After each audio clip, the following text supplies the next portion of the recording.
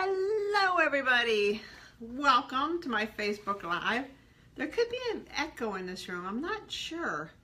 I typically don't sit in this room. You'll have to let me know if there's an echo. Anyway, I actually got the topic of today's live off of a friend of mine's t-shirt. She was standing there. Hey Rita McBride, my friend. She is at her horse ranch or wherever in Virginia, and she's petting horses. And on her t-shirt was, "Your vibe attracts your tribe." And it's like, oh my gosh. First of all, I gotta get the t-shirt. I haven't looked for it yet. She doesn't know where she got it at, but I've got to find that shirt. But second of all, it's so perfect for a Facebook Live because it's true. If you don't like who you're hanging around with, if you look around and you're like, where'd these crazy people come from? Or, you know, these people make me unhappy, or this friend is toxic, or this friend's a hypochondriac and always, you know, a victim. You attract who you get. Your friends, your tribe is who you attract in. If you own a business and you look around and you think, why is everybody asking for refunds? Or why does everybody want one thing but I give another, etc. It's who you're bringing into your life.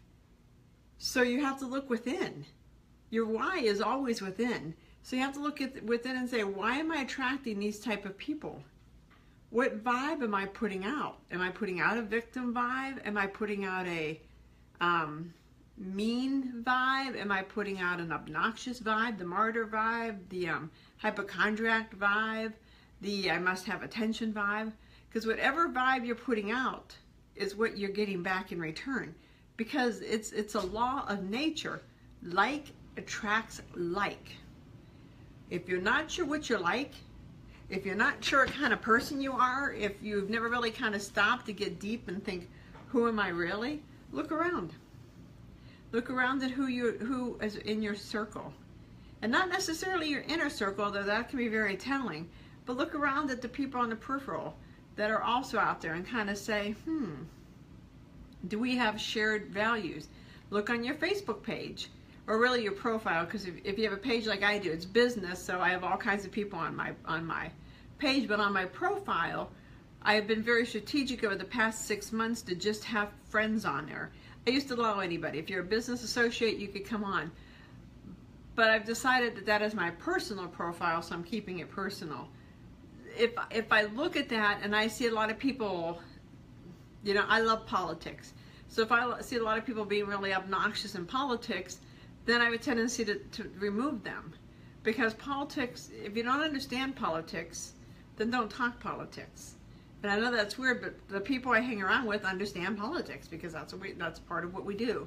So when you get, you know, as I call them, the wackos, and it can be the left-wing wackos and the right-wing wackos, or it could just be a wacko who just doesn't understand at all and lights up over something and starts touting what they don't know what they're talking about.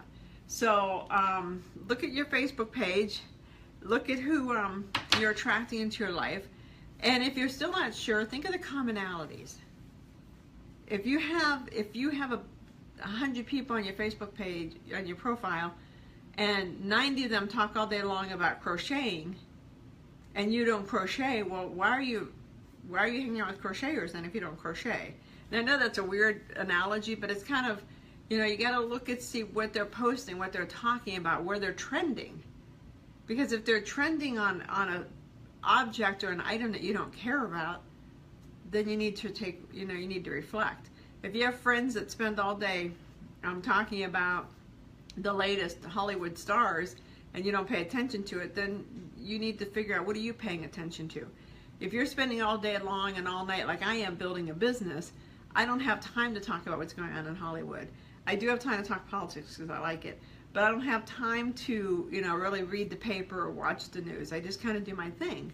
So if all of a sudden I notice a lot of people are talking about issues I don't care about, then I have to think, am I sending that vibe out? Because sometimes, and this is a problem with a lot of women, sometimes we can be pleasers. I used to be a big pleaser, huge pleaser. I used to be the poster child of pleasers. I was the princess of pleasers. I just wanted to have two P's there. I was the passionate princess pleaser. Anyway, and I realized really over the past probably year that just doesn't work. I just can't please everybody because I end up not pleasing myself. And I will say, now I'll talk about this later as my book gets ready to release, that as I finished my book, I had another secondary major shift. And I'm going to talk a little astrology, and y'all know I'm not an astrologist, but I have them on my page because I'm interested in astrology, but it's a cursory interest. I like to get, like Lisa Zimmerman puts out good information, Tom Lapache in Hawaii puts out good stuff, Tanya Gabrielle. So I like to read their stuff, but it doesn't really stay with me. I get the general. But there's two big eclipses coming in August. I think August 2nd, August 7th, and 21st maybe. 21st is the big one. But when eclipses happen, we go through transformation, unsettling. So you're probably in August going to feel unsettled in certain areas. So you're going to find transformation. And I have a feeling because my book is being sent out for proofing, I'm getting closer and closer and closer to making this book a reality. And when you make things a reality, then you have to start looking at what could be. And when you start looking at what could be, you start looking at what freaks you out, what really scares you. So each step of the way, but my point now is, I felt a big shift after my book was done. So if I look around and see a lot of pleasers on my page, I know, and I looked and saw some, and I thought, I attracted them. So your vibe is your tribe. What you're bringing in, you're bringing in. They don't show up just to show up. This isn't a willy-nilly universe where things just randomly happen. You have to look for patterns. When you see the pattern, you can understand.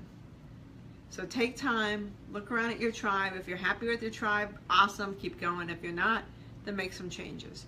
What did I say probably 6 months ago on Facebook Live? If you look at your friends, your income and your potential, look at your 6 closest friends, that's it. That is your income, that is your potential right there. So if you want to go higher up the food chain, higher job, higher pay, and you're hanging out with people that aren't quite there yet, it might be at 20,000, but you want to make 100,000, then you're going to have to make some changes. If you have any questions, let me know. If you're watching this on YouTube, please give me a subscribe. I'm up to, I think, 20. Woo, I only need 80 more. If you're on my Facebook page or on my website, please feel free to comment. And of course, if you want to pre-order my book and only pay shipping, go for it. Talk to y'all later. Bye-bye.